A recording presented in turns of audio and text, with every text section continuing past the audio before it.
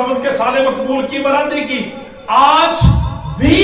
शुक्रगुजारी करते हैं कि वो जो हमारा निजात दहिंदा आज कल बल्कि अब तक यकसा खुदा है, वो उन कामों को जिनको आज से 2000 साल पहले अपनी जमीनी खिदमत में जिंदगी में करता था, आज भी करने की कुदरत रखता है, क्योंकि आज भी उसका वायदा है कि थके मांदो बोझ के दबे लोगों मेरे पास और मैं तुम्हें आराम दूंगा। और फिर ये भी उसका वायदा है कि यहाँ 2 या 3 उसके नाम पे जमा हो जाते हैं, वो उनके बीच में अपने रूह कुद्स की कुदरत की सूरत में आज भी मौजूद होता है और है। लिहाजा कहना ये चाहता हूं कि अगर हम चाहते हैं कि हमारा ये 2022 का साल खुदा की फेवर का साल बन जाए, साले मकबूल बन जाए, खुदा की नजर में बहुत बरकत हो जाए, तो जरूरत इस बात की है मेरे चीजों कि हम भी वही करें जो उस वक्त के कोड़ियों ने किया, वही करें जो उस वक्त के नबीनों ने किया, और वही करें जो उस वक्त के बदरू गिरफ्तारों ने किया। उन्होंने क्या किया मेरे चीजों? खुदा का कलाम ये बयान करता है, जब हम एक कोड़ी के बारे में पढ़ते हैं कि जब उसने खुदावंद यीशु मसीह की शोहरत सुनी, खुदावंद यीशु मसीह के कलाम को सुना, खुदावंद के पैगाम को सुना, मौजज़ात नशानात को देखा, तो वो भी खुदावंद के पास आ गया। और खुदा के कलाम में लिखा है कि खुदावंद के पास आकर खुदावंद को सजदा किया और कहा, ऐ खुदावंद अगर तू चाहे तो मुझे पाक साफ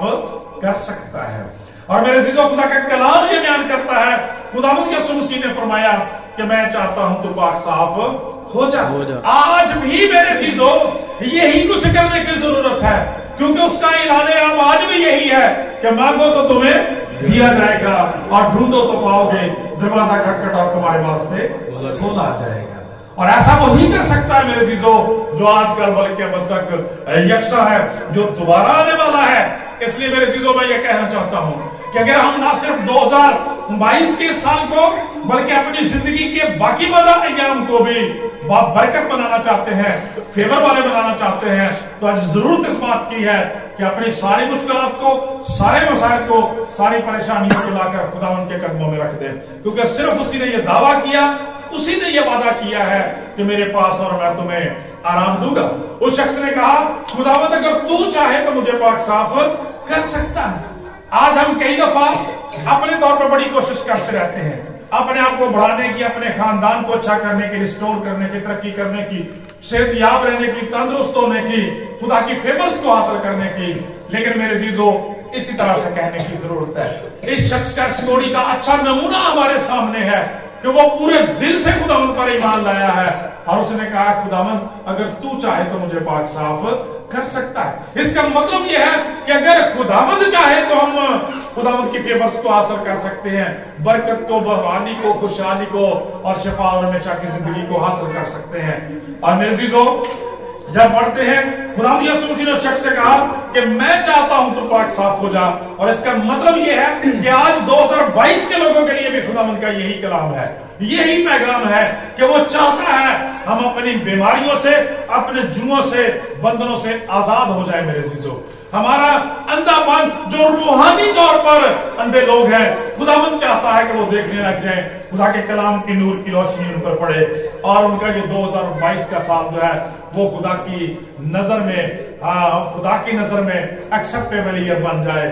खुदा के फजल के वसीला से खुदा की फेवर का साल बन जाए। लिहाजा अगर हम चाहते हैं कि हम अपने साल को बरकत बना लें, अपने खानदान को बरकत बना लें, अपनी कलीसिया को और अपने माशरे को मेरे चीजों बरकत बना लें, तो फिर इसके लिए यही करने की जरूरत है। खुदा की कालिंग को, खुदा के कलाम को और पैगाम को सुनने की जरूरत है कि मेरे पास आओ और मैं तुम्हें आराम दूंगा। मेरे चीजों जो आखिरी बात आपके साथ खुदा के कलाम में से मैं आपके साथ शेयर करना चाहता हूं कि कभी जब हम खुदा के कलाम को पढ़ते हैं तो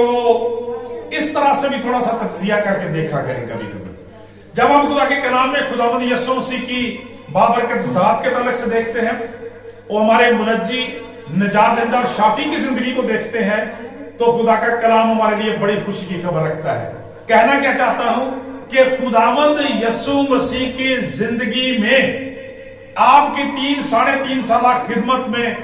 ना तो कोई आपका शागिर्द कभी बीमार हुआ, ना किसी मुश्किल बेचारगी का शिकार हुआ और ना आपके होते हुए मौत के मुंह में गया, सिवाय यहूदा इस्करियोती के, जिसने बजाते खुद अपनी इस बात का गलत फैसला किया और मौत के मुंह में चला गया। और उस पर भी खुदा यीशु मसीह ने कहा कि ये आंसू बहाए जो शख्स के लिए बेहतर था कि वो आदमी पैदा ही ना होता। गौर करें जरा इस बात के ऊपर कि ये बात हमें बड़ी बरकत देने वाली है कि खुदावंद यीशु मसीह की जिंदगी में कभी कोई आपका शागिर्द जो था वो कभी बीमार नहीं हुआ, कभी बीमार नहीं हुआ। देख ले, चारों जिला को पढ़ के देख ले, कहीं आपको लिखा हुआ ये नहीं मिलेगा, कहीं भी लिखा हुआ नहीं मिलेगा कि किसी दिन बुजुर्ग यूहन्ना जो थे वो खुदावंद के साथ नहीं थे, बुजुर्ग याकूब साथ नहीं थे, बुजुर्ग शमौन साथ नहीं थे, इस वजह से कि वो बीमार थे, उनके घर में कोई परेशानी आ गई, कोई मुश्किल आ गई। बल्कि खुदा का कलाम ये बयान करता है कि अगर उनके खानदानों में कोई ऐसी मुश्किल वबा बीमारी आई भी है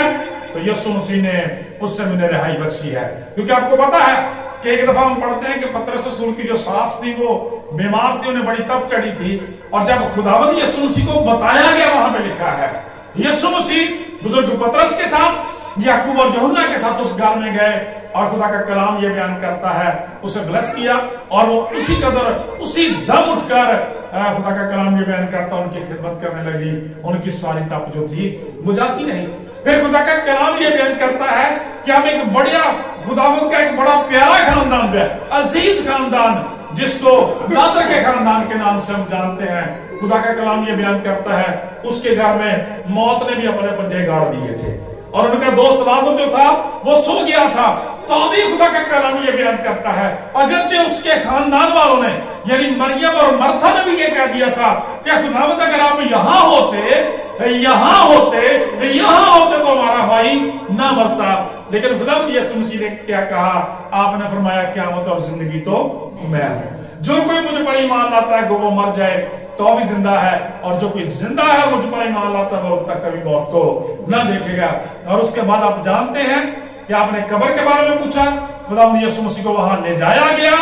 और फिर आपने लाजर का नाम लेकर उसे पुकारा, और खुदा का कलाम ये बयान करता है कि मुर्दा जो था, लाजर जो था, वो कफन समेत कब्र से निकल आया। हालेलुया। मैं तो कहना ये चाहता हूं कि चाहे खुदावंद यीशु मसीह किसी घर में है या शागिर्दों के साथ कश्ती में है, हवा ने, पानी ने, तूफान ने उनकी जिंदगी को दुख देने की कोशिश की है, मुसीबत में डालने की कोशिश की है, खुदावंद यीशु मसीह के होते हुए हमने किसी जगह पे ऐसा कोई वाकया नहीं देखा। आज हमारे लिए भी यही वो फेवर का साल है, यही वो फेवर का वक्त है, यही वो बाबरकत वक्त है जो खुदावंद हमारी जिंदगियों में मिलाना चाहता है। अगर हम भी अपनी जिंदगियों को बाबरकत बनाना चाहते हैं, साले मकबूल बनाना चाहते हैं, 2022 के साल को खुदा की फेवर्स का, बरकत और बहाली का साल बनाना चाहते हैं, तो फिर जरूर है कि खुदावंद को अपनी जिंदगी में आने की दावत दें। क्योंकि पाक कलाम ये बयान करता है, ये भी लिखा है कि वो अपने घर आया और उसके अपनों ने उसे कबूल ना किया। और आज भी कई दफा ना साडा साहब खुदा भी ये निंदा, मसीही खानदाना च पैदा हो के,